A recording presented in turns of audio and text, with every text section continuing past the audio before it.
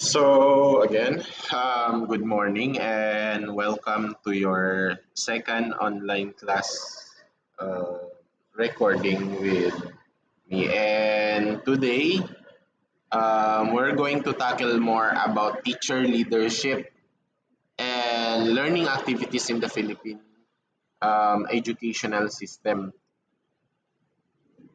So let's try to explore kung ano yung roles ng educators sa school improvement, sa retention ng learning ng mga bata, and at the same time, innovation. Kasi tayo as a future teacher, dapat we lead the group o professional teachers sa mga peers natin, mga kasamahan natin. Kailangan we also stand as a leader. Kasi somehow, one way or another, magtuturo tayo not just student pero at the same time pati mga co-teachers natin. So in that way, magiging leader din tayo. And at the same time, makikita din natin kung paano ba tayo maging part ng changes, okay? Or paano maka-affect yung present natin sa educational system ng, let's say, Basilan or Isabela Basilan as a whole or dito ba sa Lamitan or kung saan kayo magtuturo. Okay? So before we proceed, gusto kong gawin nyo, you comment your name, that's one. Second, kung anong schedule ninyo, tingnan natin kung sino yung sumasabay sa instruction. Okay, first you comment your name. Second, i-comment ninyo, next sa name ninyo, ilagay ninyo kung ano yung schedule nyo sa akin. So, MWF ba kayo? Monday, Tuesday, Wednesday ba kayo? Okay? Yung day and yung time kung anong oras kayo dapat mag-attend sa akin. And lastly, kung anong day nyo napanood itong video. So, anong araw ngayon ilagay nyo. Okay? So, i-comment nyo yan sa comment section natin. Para makita ko sino yung active na nanonood nito at sino yung nag-download lang at hinayaan na yung comment section below. Okay? So let's proceed.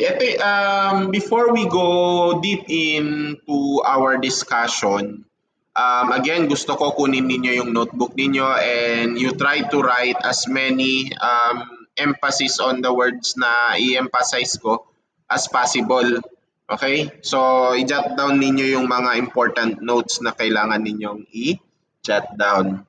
So, in this class, we try to see ano-ano yung mga recent reforms underlying teacher roles in improving teaching and learning process. Titingnan natin kung ano-ano yung mga panibagong reforma, okay? Yung mga bagong update sa educational system natin, especially sa pag-improve ng pagtuturo natin at doon sa learning process ng mga bata. That's one. Second, we try to integrate the home, school, and community in enhancing education. So, kung naalala ninyo yung partnership ng school and community sa last topic natin, it's the same. Yung emphasis or integration ng home or partnership ng home, school, and community. Kasi the community consists of a family which is nakatira sa isang bahay or should we say the home. Now, we try to integrate those para ma-improve yung education natin. Paano ba? And lastly, we try to emphasize the effective programs developed and implemented by dedicated teachers. So, titingnan natin ano-ano yung mga emphasis doon sa mga effective programs na ginagawa ng mga teacher para lang ma-improve yung educational system natin. So, let's see ano-ano nga ba yung role of teachers in educational reforms. So, teachers are in continuous coordination with the students. So, yun nga, yung teachers, kayo as a future teacher, continue yung pagko-coordinate nyo with the students. Ibig sabihin, may partnership kayo. Okay? May partnership kayo, nakikipag-coordinate kayo sa mga estudyante ninyo kung ano yung mga dapat na baguhin. Okay, let's say, yung mga bata ninyo makateki na, okay? Makateki na. Tapos kayo ina-apply nyo pa rin yung chalk talk method. Halimbawa, nagtuturo kayo, sinusulat nyo pa rin sa chalkboard.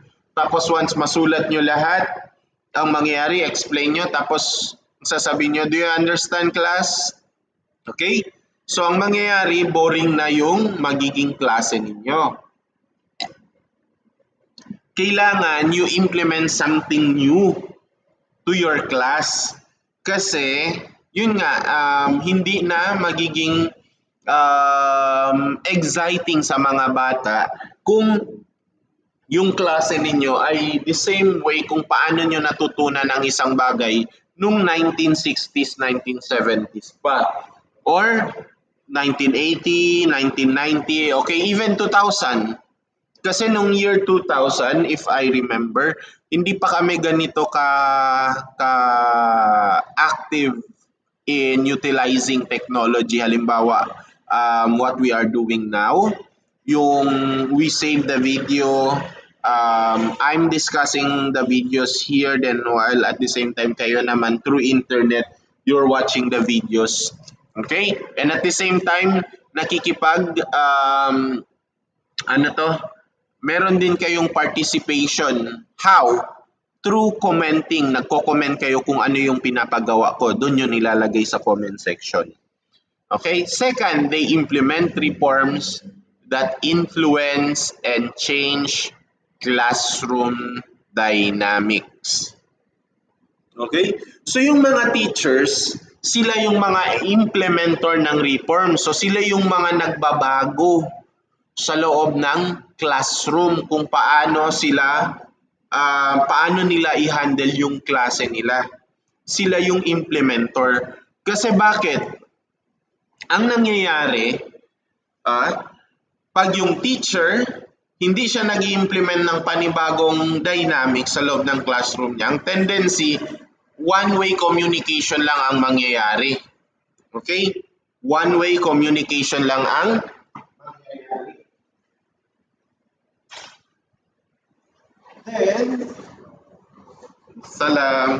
Then, ang next nun, kung one-way communication lang ang mangyayari, ang tendency is yung mga bata, may gusto man silang sabihin, may gusto man silang itanong, hindi na nila magagawa. Kasi nga, yun yung focus ng strategy mo. Ikaw lang yung naririnig. Diba? Next, constant communication with stakeholder including colleagues, parents, and community. So tayo as a teacher, kayo as a future teacher, dapat meron kayong constant na communication. Ibig sabihin, nag-uusap kayo with your colleagues, yung mga kasamahan nyo na teacher dyan sa school kung saan kayo ma-assign. And at the same time, always yung kausap yung mga parents ng mga bata. Kasi whatever changes ang nangyari sa bata, yung behavior niya, kailangan aware yung parents natin. Kasi if not, ang tendency, akala ng parents, natututo yung bata sa atin, yun pala, meron na siyang ibang ginagawa and hindi alam ng parents. Akala ng parents, pumapasok yung bata niya. Yun pala, hindi na pumapasok ng 3 linggo. No? So nagtaka yung parents, bakit walang report na ginagawa ang teacher? And lastly, community members. So kailangan marunong tayong makipaghalubilo sa mga community members natin. Let's say yung mga barangay captain, yung mga barangay workers natin, street workers natin, okay? Yung mga nasa community natin. Halimbawa, let's say, nagtaka yung parents ba't hindi pumapasok. Yun pala, yung anak niya, okay? Yun pala yung anak niya tumatambay sa isang area na kung saan marami ding mga bata na hindi pumapasok. So, considering na nakakausap niya yung mga street sweeper, so yung street sweeper nagsasabi sa kanya, "Ma'am, sir, yung mga bata nyo andun sa area na to, sa lugar na to. Bakit kaya? Anong meron?" So yun, nakikita. Yun pala, merong isang bilyaran sa isang area na yun. Doon sila nagbibilyard. Okay? And nag-enjoy sila. Kasi yun yung parang nakikita nilang enjoyment with their colleagues. Kasama yung mga kaklase nila. So ganon. So halimbawa, a teacher in Lamitan coordinates with local community leaders to adapt lesson that reflect local culture. So halimbawa, yung teacher sa Lamitan Elementary School, nakipag-coordinate siya sa local community leader para ma-adapt lang yung mga local culture na meron tayo dito sa Basilan. Okay? Halimbawa, yung Sahaya program. So isa na yun. Okay? Pag ma-improve mo yan or ma-integrate mo yan sa loob ng klase mo, ibig sabihin, you are reforming everything. Kahit wala pa namang sinasabi yung DepEd na kailangan nilang kailangan yung implement yung local culture nyo sa loob ng curriculum ninyo or sa lessons ninyo, ikaw ginagawa mo na. That's why we are called educational reform. Tayo mismo yung nagre-reform sa education natin based doon sa kakailanganin ng mga bata. Okay? Second, teacher leadership and school improvement. So, paano nga ba mai-improve yung characteristic natin as a teacher leader, and at the same time, ano yung effect nito sa school improvement? Okay? So, teacher leaders understand the school's culture and specific issue. Kasi pag teacher ka, hindi lang isa yung trabaho mo sa loob ng school. Hindi lang yung pagtuturo, marami kang trabaho na kailangan gawin. Aside sa pagtuturo, you are also doing the school papers, yung mga forms. Kailangan mo yun ma-address, kailangan mo yun matapos. Yung mga problema sa loob ng paaralan, okay? So nakikita mo yung mga bata, palaging may nagka-cut class. Ano nga ba yung reason? So yun pala, nakikita mo, sa labas, they are selling something. Okay? Yun pala, nakikita mo sa labas, free yung mga bata bumili ng sigarilyo, free yung mga bata mag-enjoy, let's say, sa alak, sa alcohol, free yung bata mag-enjoy sa mga bisyo na hindi pa dapat sa kanila. Halimbawa, yung mama, okay? They allow as early as elementary children to buy mama. Tapos, yung mga bata na nagmamama, andun sila sa isang grupo, nagmamama sila as one. Then doon pala nakita mo, yun pala yung nagiging issue kung bakit sila hindi pumapasok or always silang nagka-cut class. Another, teacher leader can address problem with contextual knowledge unlike external experts. So yung mga teacher leaders, tayo kasi as teacher, we try to connect kung ano yung contextual knowledge, ano yung knowledge na nakikita natin sa book, pati ano yung knowledge na nakikita natin in real life. So pag once nag-solve tayo ng problem, as much as possible, we try to solve problem based on real life situation. Pero may kasama ng integration ng kung ano yung natutunan ng teacher sa book or by theory. Okay, so ganon yung mga klase ng teacher pag once nagbibigay tayo ng advice. Next, their leadership leads to targeted intervention for school improvement. Kasi as a teacher leader or as a teacher as a whole, alam mo, normally alam mo kung ano yung problem ng isang school. Okay? Alam mo kung ano yung problema ng school ninyo. So pag magbibigay ka ng intervention, alam mo na yung school improvement intervention na yon ay dapat talaga para sa problema na yon. Okay? Kaya niyang isolve yung problem na yon. So, teacher leadership and teacher retention. Paano nga ba yung connection ng being you as a leader, okay, teacher leader, and at the same time, paano ma-improve yung retention ng teacher? Okay? So one, satisfaction in work environment is key to retaining competent teacher. Okay? So, pag nagawa natin sa loob ng classroom, considering, imagine nyo yung sarili ninyo, nasa DepEd na kayo or nasa school na kayo nagtatrabaho. Do you think aalis ba kayo pag sa loob ng organization ninyo, yung mga teachers ninyo, yung mga co-teachers ninyo mababait, yung mga kasama ninyo always willing magtulong sa inyo, alis pa ba kayo nun? 101% hindi. Kasi nga, yung satisfaction na andun kayo sa environment kung saan puro professional teachers yung andun, parang nafe-feel mo na rin, ako rin, ganun din ako. 'Di ba? So, another thing, factors impacting teachers' departure. Low pay, stress, isolation, and working condition. Ito yung mga factors or sabihin na natin key reasons kung bakit umaalis yung mga teacher. One, low pay. That's 101% na mababa ang salary ng teacher. Definitely aalis at aalis yan. Pero pag satisfied naman sila sa co-working space nila, sa school kung saan sila nagtatrabaho, sometimes etong low pay nila or low salary, nade-deny ito. Okay?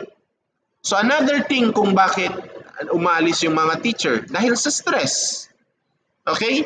Especially sa DepEd, kung makapasok ka sa DepEd, feeling ko, ako mismo na dating DepEd tapos gustong pumasok, feeling ko may stress ako kasi sa sobrang dami ng reports, sa sobrang dami ng requirements na kailangan i-comply, tapos magtuturo ka pa, tapos i-complete mo pa yung report, yun, another problem yun. And lastly, yung working condition.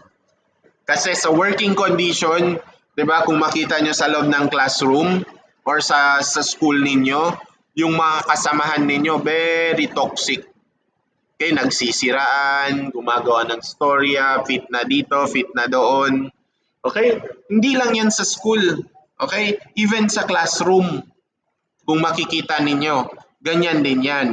So, isa yan sa mga factor na nagpapaalis sa teacher. Next, another, we have teacher leadership foster collaborative support and reduce isolation. Okay, ito yung isang advantage ng teacher leadership. It promotes collaborative learning. Okay? Pag lahat ng teachers sa isang organization or sa isang school ay leader by themselves, kumbaga sila mismo gumagawa ng paraan paano sila ma-develop, 101% makikipag-collaborate yan sa ibang teachers. And if ikaw andun ka, ibig sabihin, mababawasan yung chance na magtatrabaho ka mag-isa or ikaw lang yung magtatrabaho kumbaga sa isang workload. Ang mangyayari, magkakaroon kayo ng supporting team. Tulong-tulong kayo para i-resolve yung isang issue or problem. Okay, this is one good example. Halimbawa, mentor teachers in Lamitan regularly meet with novice teacher or novice teacher. Okay? So yung mga matagal na sa trabaho, matagal na sa pagtuturo. Halimbawa, yung mga master teachers. Okay? Meron sa DepEd, merong tinatawag na LAC session. Okay? I'm not sure kung ano yung acronym nun, nakalimutan ko. But itong LAC session na to, it gives the opportunity for those who are master teachers to guide the new teacher or mga neophyte teachers kung paano nila gawin or resolbahin yung mga issues or concerns nila, daily concerns nila sa classroom and in their day-to-day teaching. So may mga ganyang klaseng training sa DepEd. For sure, meron din naman yan sa private. Okay, so collaboration in teacher leadership. Okay, so teacher leaders actively listen to colleagues and students. Definitely, pag isa kang leader, okay, dapat you have 2 ears and 1 mouth. Ibig sabihin, mas marami yung chance mo na makinig ka kaysa magsalita. So, as a teacher leader, 101% you activate your listening skills doon sa mga colleagues nyo, sa mga co-teachers ninyo. And especially sa mga bata. Kasi yung mga bata ninyo, pag meron kayong constant relationship or connection with your student, ang nangyayari sila nang magsasabi sa inyo kung yung class nyo mahirap ba, ang class nyo boring ba, ang class nyo somewhat challenging ba, ang class nyo somewhat nakakaantok ba. Okay, sila mismo yung magsasabi sa iyo. Lalong-lalo na kung ikaw ay nag-handle ng elementary cohorts or group. Kasi yung mga bata mo, pag hindi yan nagsalita, tinanong mo, okay, do you understand class? Then yes ma'am. Tapos tanungin mo, is there any question? Wala. Tapos pag ikaw na nagtanong, wala na. Blanco na sila lahat. Okay? Pag ganun ang mangyayari, ibig sabihin may problema sa'yo. So, you should learn to think kung ano yung pagkukulang na meron ka. At the same time, as a teacher leader or as a leader by yourself, you know how to facilitate discussion to build shared understanding and decision making.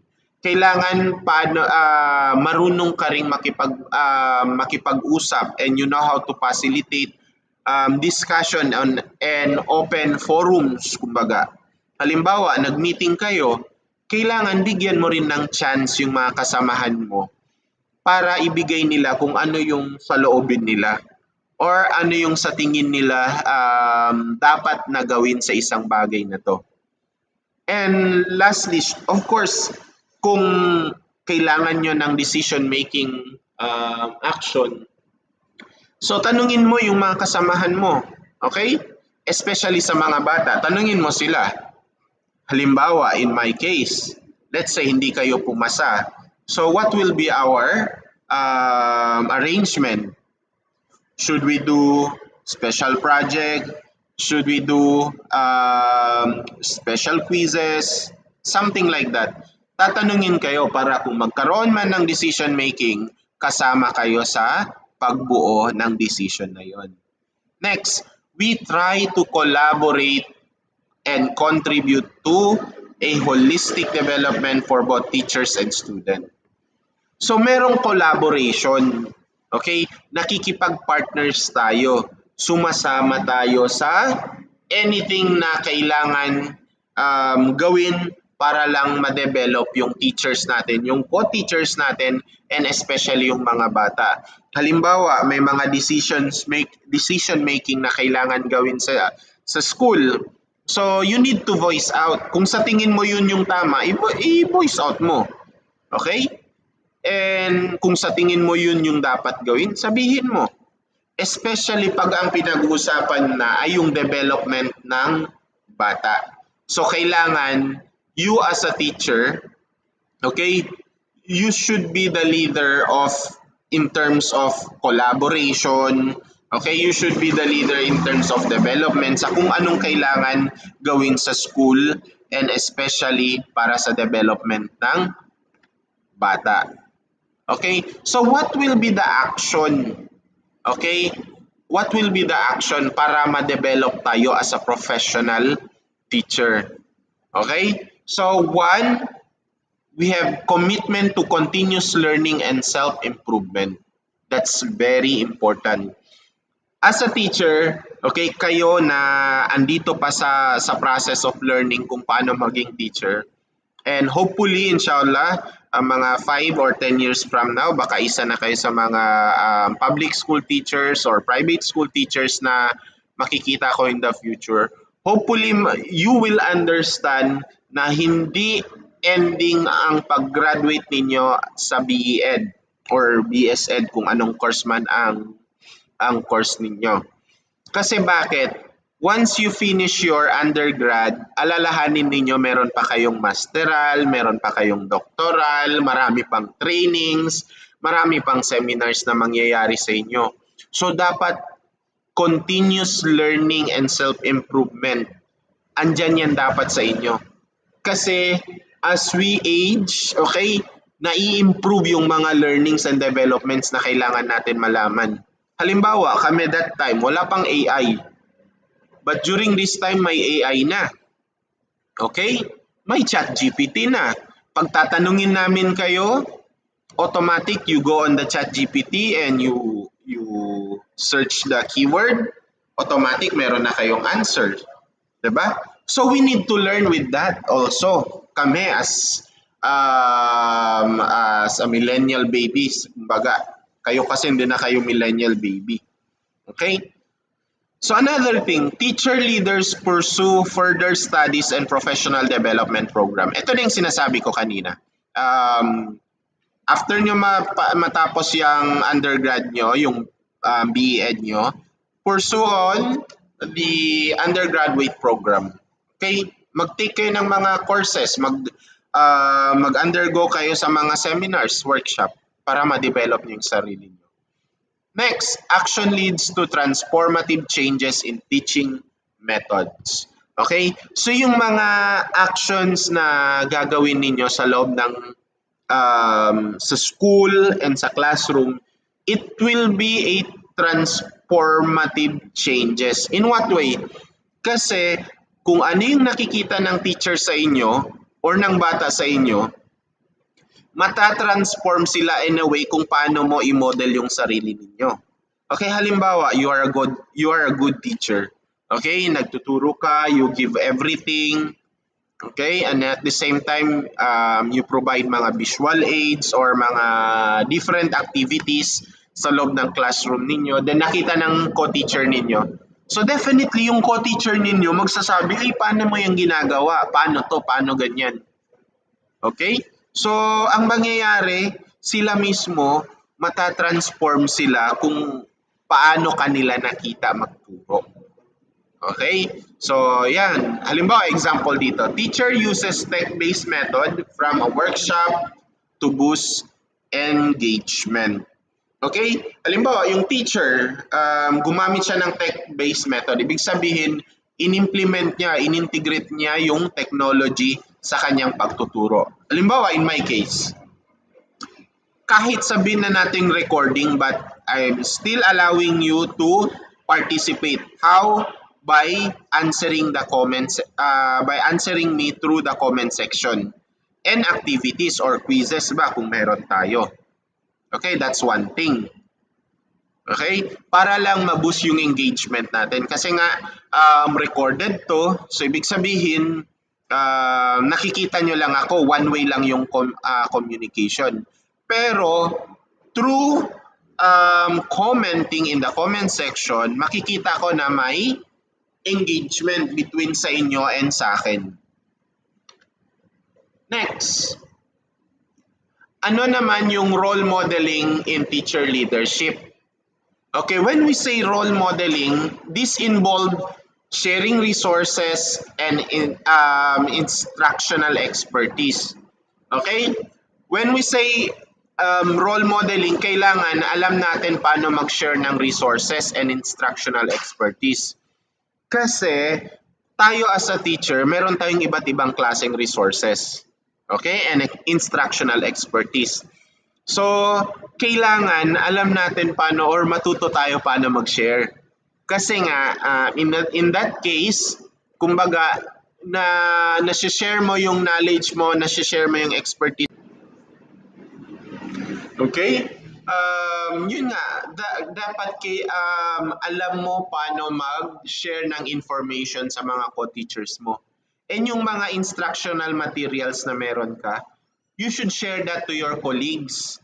Kasi in that case, kung effective man yung instructional materials na yan sa'yo, ibig sabihin na improve yung learning ability ng mga bata mo. So in that case, kung isi-share mo yan sa iba, definitely mag-improve din yung learning ability ng mga bata nila. So in one way or another, nai-improve yung entire class ninyo. That's one. Second, specializing in curriculum design. We as a role model, kailangan expert tayo sa pag-design ng curriculum natin. Bakit? Kasi nga, tayo yung nakakaalam kung paano natin i-design yung curriculum na i-implement natin sa loob ng classroom. Okay? So, kung ikaw mismo yung nag-design ng curriculum mo, definitely, kahit wala pa dyan yung kopya ng curriculum, kahit wala pa dyan ang lesson plan mo, 101% alam mo yung content ng klase mo. Kasi nga, ikaw yung nag-design. Okay, paano mo yun makakalimutan? Not unless hindi ikaw ang gumawa. Third, facilitating student learning and leading change. Okay, we as a teacher, we are not there to give the learning to our students. Tayo as teacher, hindi tayo yung parang nagsa-self-feed, hindi natin sinusubuan yung mga bata natin. Okay? We just facilitate learning sa mga bata. Pina-facilitate lang natin kung ano yung dapat nilang matutunan. We let them learn kung ano yung dapat nilang matutunan. We just guide them kung para saan ito, para saan yan, okay? At kung paano nila gagawin. Kasi in that way, okay, yung learnings ng mga bata will tend to impact kung ano yung meron sila. Halimbawa, kung natutunan nila paano yung pag-solve ng mathematics problem on their own, 101% mahirap yan matanggal sa kanila. And they can implement that learning sa iba pang bagay. Okay?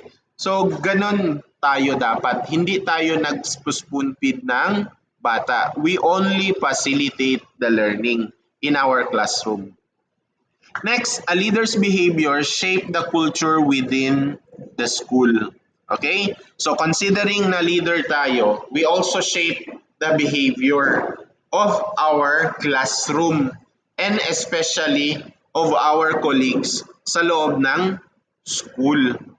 Okay? So, kung paano tayo mag-behave sa classroom, sa loob ng school, nagke-create yan ng culture. Halimbawa, kung yung culture na pinapakita mo ay culture of helping others, definitely yung mga kasamahan mo magpapakita din ng culture of help sa mga kasama niya. Kung yung pinapakita nyo naman ay culture of, let's say, marites sa loob ng organization ninyo, nagsisiraan kayo, gumagawa kayo ng storya, and so on and so forth, 101% yung culture na yan ay magiging toxic. I mean, yung school na yan ay magiging toxic. Kasi bakit? Kasi yung culture na meron dyan, yung mga teachers, sila yung mga nagmamarites, nagsisiraan, naghihilaan. Instead of helping one another, okay, sila pa yung gumagawa ng storya para matanggal ka or maalis ka kung saan ka man dyan ngayon. Okay, tulad ng example natin, a teacher mentors new staff and champions innovative method. So yung mga sinasabi nating seasoned teachers, yung mga magagaling na, yung mga master teachers natin, sila yung mga nag-guide sa mga bagong teacher na newly hired. Sila din yung nagpapakita ng mga bagay-bagay kung paano nila gagawin or paano nila implement sa loob ng classroom. Especially doon sa mga bagong hired na teacher. Sila yung nag-train. So ano nga ba yung attributes ng teacher leaders in the Philippine context? So in this case, meron tayong 7 attributes. Okay? One, we have self-motivated. When we say self-motivated, ibig sabihin, ikaw mismo sa sarili mo, motivated ka kung paano mo i-improve yung sarili mo. Paano ka matuto, paano ka ma-develop, paano ka ma-enhance, paano ka maging, should we say, performing teachers. Yan. Next, possesses a positive outlook. Of course, kailangan always kang optimistic sa kung ano yung dapat na pwedeng mangyari. So, halimbawa, let's say, nag-implement ka ng isang strategy. Dapat you are more positive na itong strategy na implement mo ay magiging positive ang effect na to sa sa klase mo or sa school ninyo. Kasi in that case, it will affect also the result. Okay? Kasi yung pagiging positive natin, sometimes it will change everything. Kahit hindi man tayo mag-success, yung pagiging positive natin sa sarili natin, it will drive you to do more. Okay, halimbawa, hindi ka nag-success sa trial 1, you proceed with trial 2. Next, service-oriented. So dapat, we as a teacher, we as a leader, at the same time, we are service-oriented. Kailangan we serve our client. So i-serve natin properly yung client natin. It's not just the student, but also the community or especially the parents. So kailangan yung full service natin, we give them kung ano yung dapat na pinangako natin nung kinuha natin yung responsibility. Okay, and this leads to the next, yung pagiging responsible and dedicated. So of course, pag teacher ka, kailangan responsible teacher ka. And at the same time, you should be dedicated. Why? Kasi nga, pinaghirapan mo yan, nag-aral ka ng 4 na taon, tapos nung naging teacher ka na, isuwa-suwa mo lang yung pagtuturo mo. Hindi ganon. Okay? So, pinaghirapan mo yan, dapat ikaw mismo, dedicated ka sa sarili mo na ma-develop mo yung self mo. Next, holds high expectation. Kailangan mataas yung expectation mo sa sarili mo. Okay? And kung ano man yung possible na output na ginagawa mo ngayon. Next, be humble. So kung ano man yung narating mo, ano man yung nagawa mo, kung naging successful ka man, be humble. Huwag mong ipagyabang na ako, dahil dito ako yung ganito. Kung hindi dahil sa akin, ganito kayo. Mga ganun. So, be humble. Kung ano yung ano ka prior you start, be that way. Kasi in that way, nakikita nila mas madali kang lapitan and mas marami kang mai-impact na lives once they will come to you and ask your help. And lastly, be trustworthy. Kasi yung trust, once na-build mo yan, pagkakatiwalaan ka kahit nino. Kasi ang mangyayari, yung trust na yan, once ma-break mo yan, ang mangyayari, meron ng doubt sa iyo ang mga tao every time na meron kang gagawin. Okay? So, example natin dito, a dedicated teacher in Lamitan helps students despite challenges. Okay? Which is most likely na ito talaga yung nangyayari. Yung mga dedicated teachers natin, kahit nahirapan na sa sweldo, nahirapan na sa oras, wala nang time sa pamilya, pero when it comes to helping their students, andyan pa rin sila 101%. Tinutulungan pa rin nila yung mga estudyante nila. Kahit nga short na sila sa salary. Kasi bakit? They are dedicated and responsible sila sa kung ano yung pinangako nila during the time na nag-pledge sila ng loyalty nila being a teacher. Okay? Next. Teacher leadership and educational reform. So, we as a teacher, we should be the champions of learning. Kailangan tayo as teacher, tayo yung champion sa learning. Okay? So, we reform and aim to realign curricula to improve students' learning. So, di ba meron na tayong curriculum from the DepEd sa national. Pero nire-reform natin yan. Ibig sabihin, binabago natin. Slightly, hindi naman 100%. When we say slightly, ina-adjust natin yung mga examples, ina-adjust natin kung ano-ano yung mga binibigay nila or nakasulat doon. Halimbawa, instead of writing mga local, national,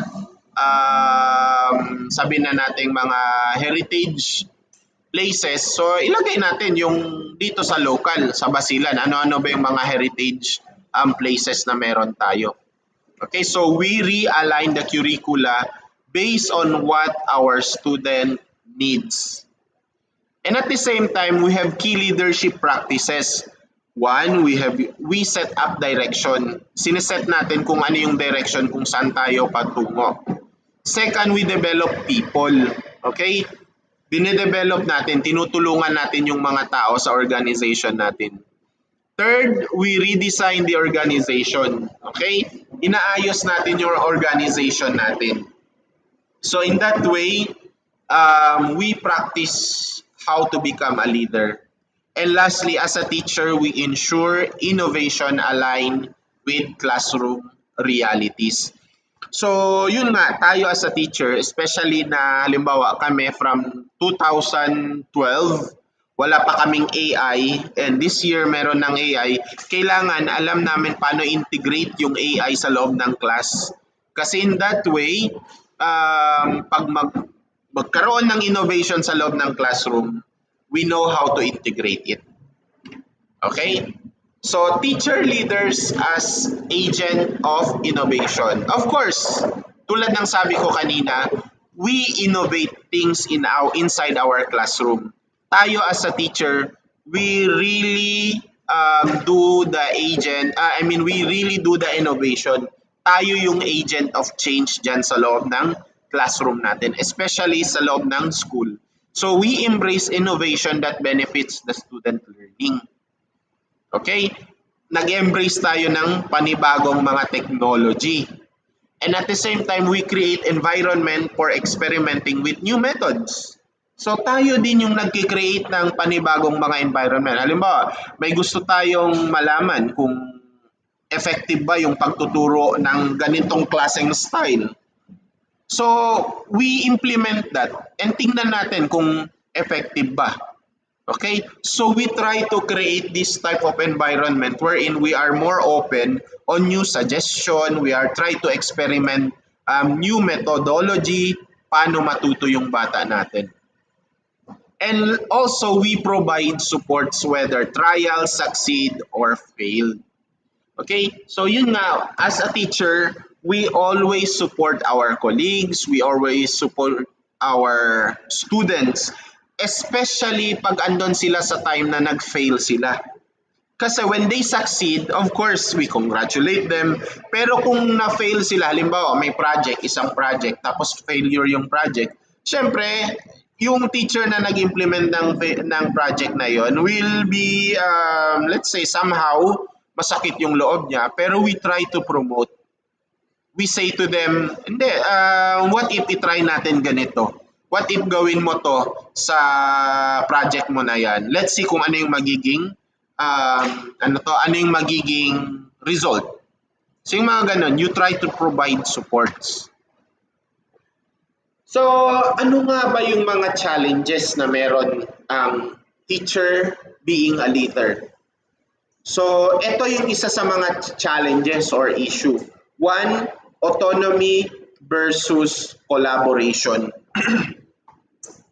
When we say autonomy versus collaboration, sometimes we as a teacher leader, iniisip natin na considering tayo ang marunong sa organization natin, okay, mas iniisip natin na hindi, sa akin ako yung magaling, ako yung dapat masunod. No.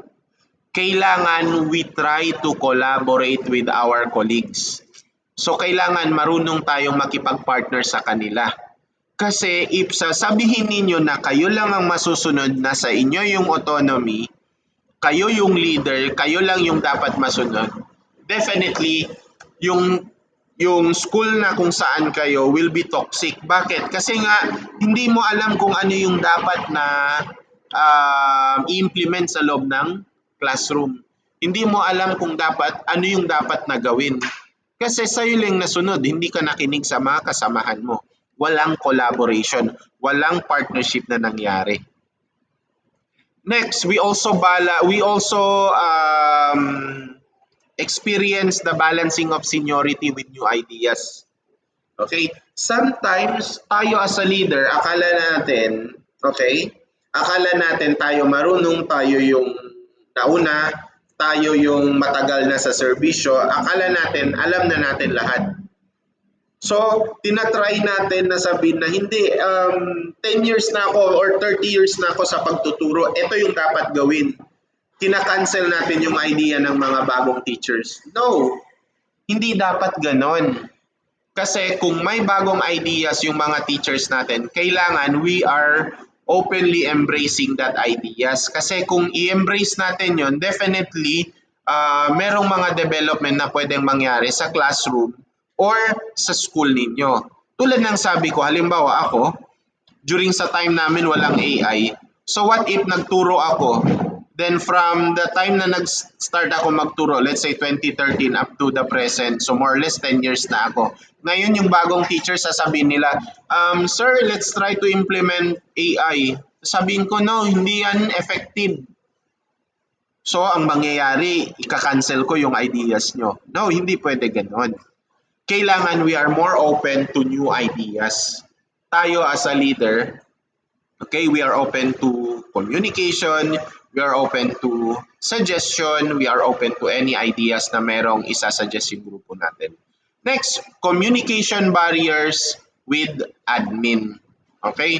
So isa din yan sa mga problem tayo as teacher leaders. Nagkakaroon tayo ng communication gap with our admin. Kasi bakit?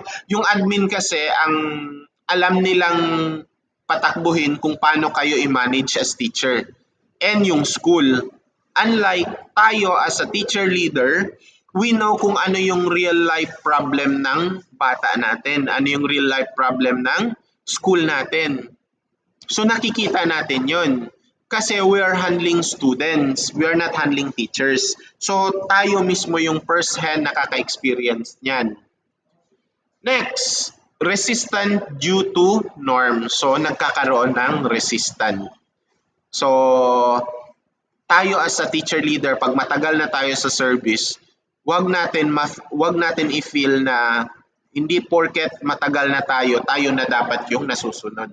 So kung may mga changes, may mga bagong norms na dapat implement, we accept it. So tulad ng example ko dito, a young teacher's idea face resistance from senior staff.